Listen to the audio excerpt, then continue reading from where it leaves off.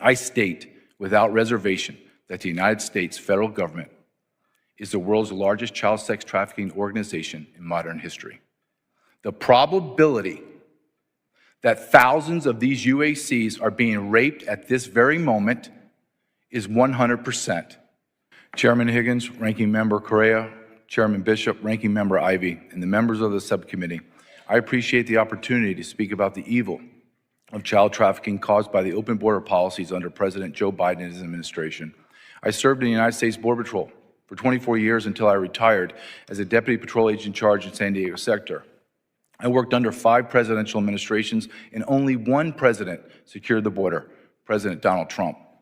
Border Patrol agents went from working and being supported by the greatest border president in American history to the worst, President Joe Biden. My last year in the Border Patrol was Joe Biden's first year in office. On his first day in office, I watched in disbelief as 94 executive orders cascaded down from Washington, D.C., obliterating every immigration policy that had been provided the most secure border in America's history. Border Patrol agents were forced to carry out unconstitutional orders that violated every law in the Immigration Nationality Act.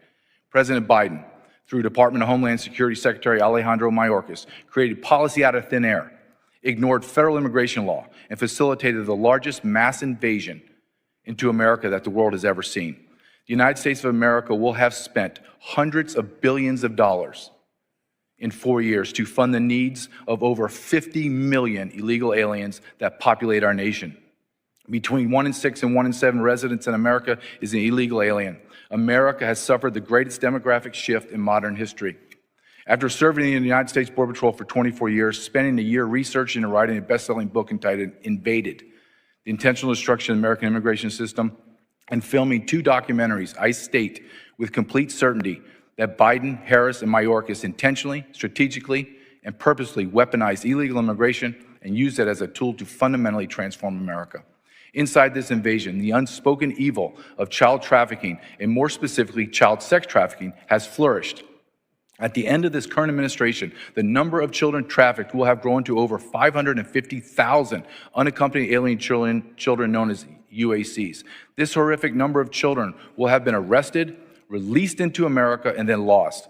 To put this into context, during President Trump's last year in office, Customs and Border Protection arrested 30,557 UACs who were accounted for and not lost. Conversely, in the first year of Biden's presidency, CBP arrested 147,975 UACs, most of which are unaccompanied for and lost.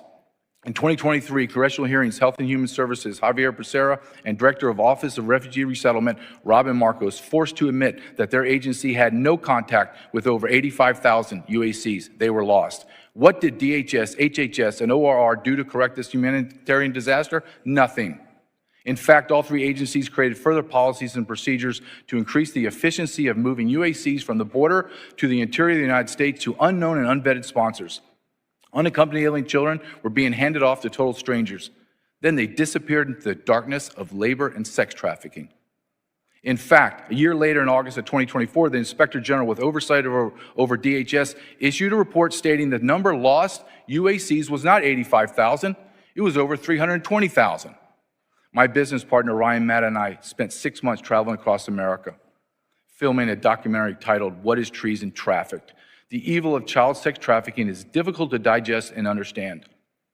However, after conducting numerous interviews with officers, agents, and whistleblowers from every alphabet agency and department, it was made clear to us that the federal government knowingly and actively facilitated these criminal acts.